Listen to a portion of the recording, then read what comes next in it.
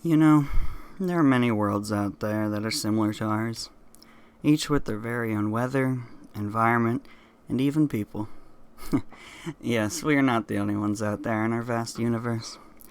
There are many others out there. Some look identical to us, and some do not. Some worlds are technologically advanced, and some have just discovered fire. No matter how far ahead or different anyone may be, there'll always be others out there. No doubt that some aren't nice, but that doesn't matter, because they won't get that far in the long run. We would expect that many of these worlds could go eons without discovering other life, sharing this existence. But over the endless expanse of time, anything could happen. Now, nobody can predict the future, but we always expect everything to turn out well eventually, right? Well, I always saw life as a book. A book always has a beginning, a middle, and an end. Unless the author got lazy.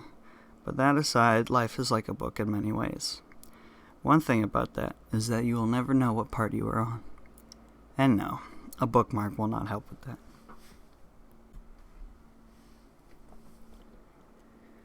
Today, I will be telling you about the legend of the Chosen. On one peaceful day, on a far-off world long, long ago, there were many out and about doing their daily duties, minding to their own routines, oblivious to what was to come. Out of nowhere, the sky darkened to a horrid gray, and everything and everyone suddenly fell silent. The unnatural darkness made many panic and flee almost instantly. This was unlike anything that had ever happened before. This was the end. Shortly after this, the sky began to fall with flames and ash everywhere, and the land had lit ablaze. In less than an hour, the world was thrown into chaos that felt like it had lasted for days. It was said that it was like a living nightmare. Massive flaming rocks fell from the sky, shadows came to life and had killed many, and monsters now roamed around, eating and slaying anyone they could find. Nobody really knew what happened that day to cause all this, but everyone knew that it was all over.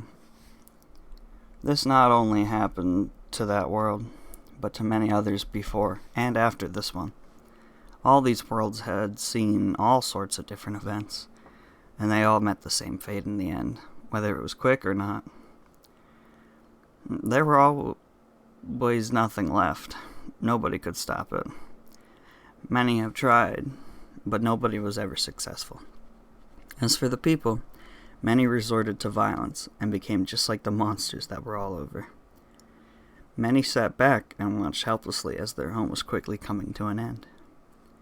There was nothing that could have been done, but it's said that there were very few who tried to help others, even though it was pointless.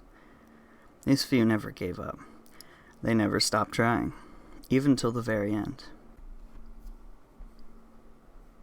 Every world that came to an end by this calamity had their own story, and every world had at least one of these people. Even though the end of their story was definite, they kept on fighting. These few were unique. They were special. They were chosen. These few were chosen by fate to continue on and fight. They all somehow survived the destruction of their worlds. It was like they were aided by the gods themselves, for means that not even they understood. I guess that their stories were not meant to end there. Legend says that they were sent across space to other worlds to help and protect others so that they wouldn't have to face the same fate as their worlds once did. It's said that even though their homes are gone, they continue to represent them as they go forth and walk among others across the stars. Who knows? Maybe you have met one of them before without even knowing it.